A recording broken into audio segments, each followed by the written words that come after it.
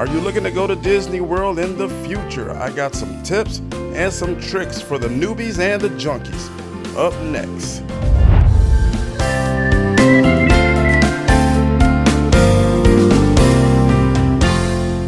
Ignite the spirit of adventure.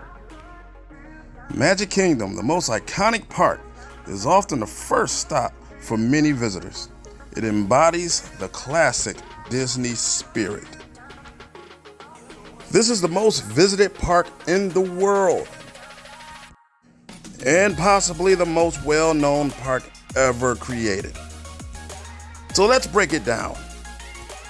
Magic Kingdom is broken up into different areas. Let's start off with Main Street USA, a nostalgic representation of an early 20th century American town, lined with shops, eateries, and the famous Cinderella Castle at the end. Then we have Adventureland. This area features attractions like Pirates of the Caribbean, Jungle Cruise, and the Enchanted Tiki Room, all set amidst lush tropical landscaping. Next is Frontierland, a tribute to the American frontier, with attractions such as Big Thunder Mountain Railroad and Tiana's Bayou Adventure. Then we have Liberty Square, reflecting colonial America. It includes the Haunted Mansion and the Hall of Presidents. Then we have Fantasyland, home to beloved characters. This area includes attractions like Peter Pan's Flight, It's a Small World, and Seven Dwarfs Mine Train, which is very, very popular in the park. One of its top rides. And then possibly my favorite is Tomorrowland, a futuristic area featuring rides like Space Mountain, Buzz Lightyear's Space Ranger Spin, Tomorrowland Transit Authority People Mover, fun ride in the park, and Tron Light Cycle Run, one of my favorite rides. And also a couple of things to highlight at Magic Kingdom is the iconic parades. You got the nighttime fireworks shows like Happily Ever After and character meet and greets. Visiting Disney's Magic Kingdom can be an unforgettable experience. So here's everything you need to know to make the most of your trip. The first thing you need to know is that there is no way you can travel to any of these Disney parks without a plan in place.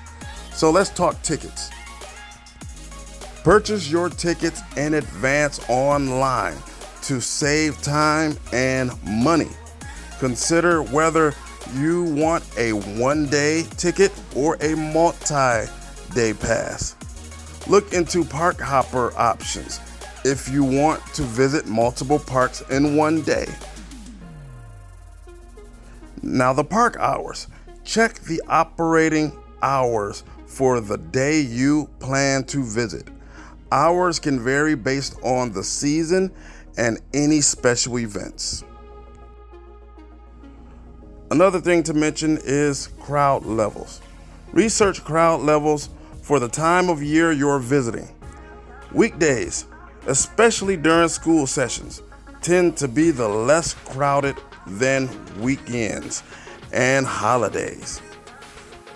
Holidays may be the absolute worst time to visit the park if you're looking for low crowd levels. All right, let's talk getting to the park. Transportation. Decide how you'll get to the park.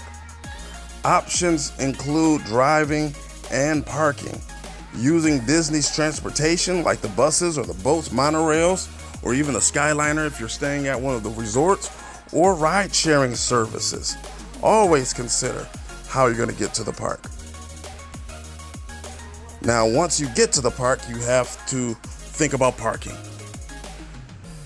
If driving, know the parking fees and plan to arrive early to secure a good spot. Consider using Disney's parking lot tram service if needed. For Magic Kingdom, the park is actually separate from the parking lot. So they have the boat. You can either take the ferry boat or you could take the monorail from the ticket center all the way up to the park.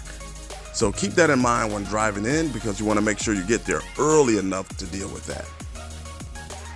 All right, now that we got that out of the way, we are inside of the park. Make sure you have downloaded the My Disney Experience app for park maps, wait times, dining reservations, and more. Familiarize yourself with the layout of the park. Attractions. Prioritize must-see attractions. Popular rides like Space Mountain, Tiana's Bayou Adventure, and Seven Dwarfs Mine Train can have long wait times, so consider using the Lightning Lane service to expedite the access. Also, to note that Disney is no longer using the Genie Plus system for those who took all those hours watching YouTube videos to get familiarized with the Genie Plus system. Yeah, that was a mad time. I lost a lot of time trying to research that stuff. So Genie Plus is no longer in service. They don't have that anymore.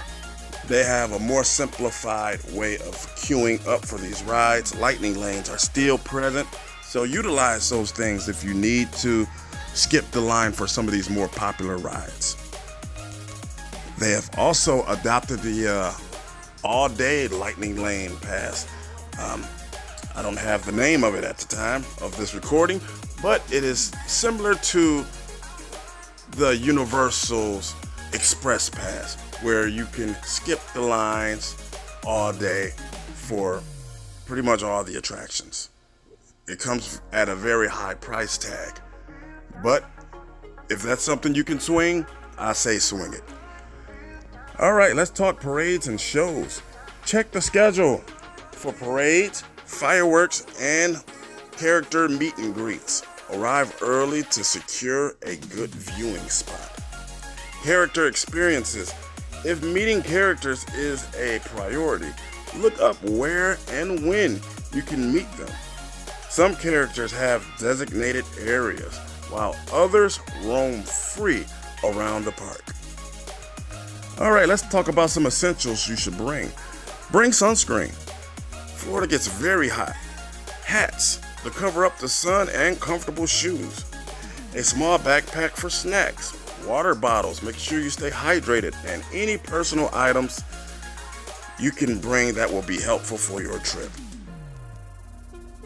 Also, be aware of any health guidelines in place. Consider carrying hand sanitizer and mask if desired.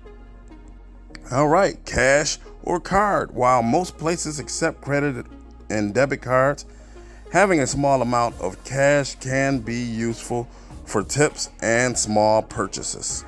Okay, now here's a couple of extra tips for a great experience. One is to stay hydrated. Florida can be hot, so drink plenty of water throughout the day. Take breaks. Don't try to do everything in one day. Take breaks as needed, especially in shaded areas. Capture the memories and the moments. Consider the best spot for photos, like Cinderella's castle. And don't forget to take advantage of Disney's Photo Pass service if you want to. I also want to encourage you to be flexible. While it's good to have a plan in place, be prepared to adapt. Sometimes rides go down or wait times exceed expectations. Don't let that ruin your time at Disney World. And also, take the time to enjoy the atmosphere. Take time to wander and soak in the magic of the park. There are often hidden gems and details that can enhance your experience. Try to go find all the hidden Mickeys if you can. All right, let's talk about eating. Eating at Magic Kingdom can be a delightful experience with a variety of dining options available to suit different tastes and budgets. Here are some tips to enhance your dining experience at the park. Now, Disney World can be a complicated place, so even planning your dining experience is important. So, dining reservations. For table service restaurants, make reservations as early as possible. I'm talking up to 60 days in advance. Popular spots like Cinderella's Royal Table and Be Our Guest can fill up quickly. Also, review the menus of restaurants online before your visit to see what appeals to your group. This can help you make informed decisions and avoid long wait times. Also, mobile ordering is a thing in Magic Kingdom. Use the My Disney Experience app to take advantage of mobile ordering at quick service restaurants. This allows you to place your order in advance and skip the line.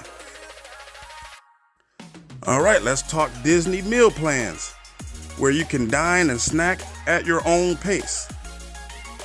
For example, if you book a 4-night package with a Disney dining plan, each guest ages 3 and up in your party would receive 4 table service meals, 4 quick service meals, and 4 snacks or non-alcoholic beverages, which can be used at any time during your 4-night stay. Let's talk what's not included. Certain items are not included in any Disney dining plan, such as items that are more than a single serving, such as a box of donuts or a jar of peanut butter. Also, items such as popcorn or drinks that are served in a souvenir container. Also to note, the Disney dining plan might not always save you money, but is more a method of convenience. If you're a family that plans on having a sit-down meal every day and enjoying cocktails, the plan will work well for you. Just be sure to book your reservations in advance. Also, the price fluctuates, so research in advance to see if it's right for you. Probably the most popular dining option out there is the character dining. If you're interested in meeting characters, consider character dining experiences where you can enjoy a meal while interacting with Disney characters. Great for the kids. So you may say, I have a special dietary request.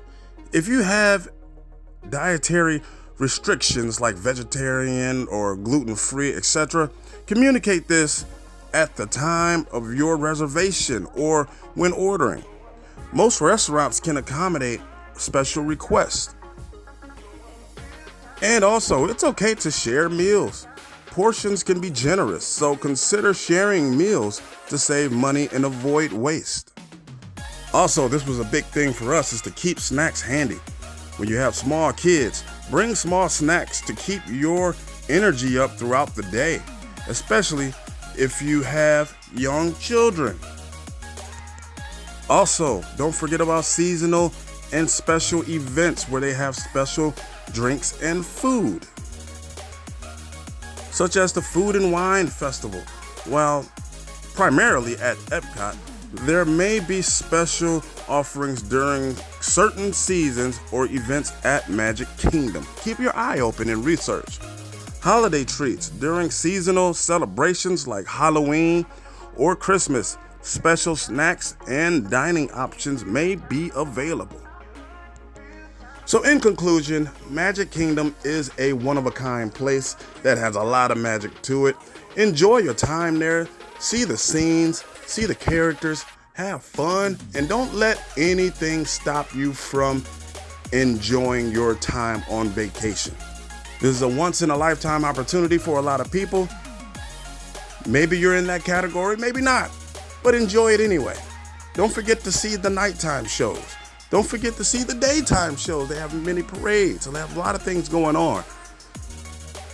Even at the off seasons, there's always something going on at Magic Kingdom. So the best times to visit, for me, and this is my opinion, I went in February. February is a good time to go. September is a good time to go. When kids are in school, those are great times to visit the parks. If you need help booking or even just consultation for Magic Kingdom or any other Disney park or any other vacation, let us help you at Vacation Without Boundaries. Visit us at our website, vacationswithoutboundaries.com, and let us help you craft the best vacation that you can have. Disney World is a diverse and magical destination for visitors of all ages. So let's ignite the spirit of adventure together. It's time for a vacation.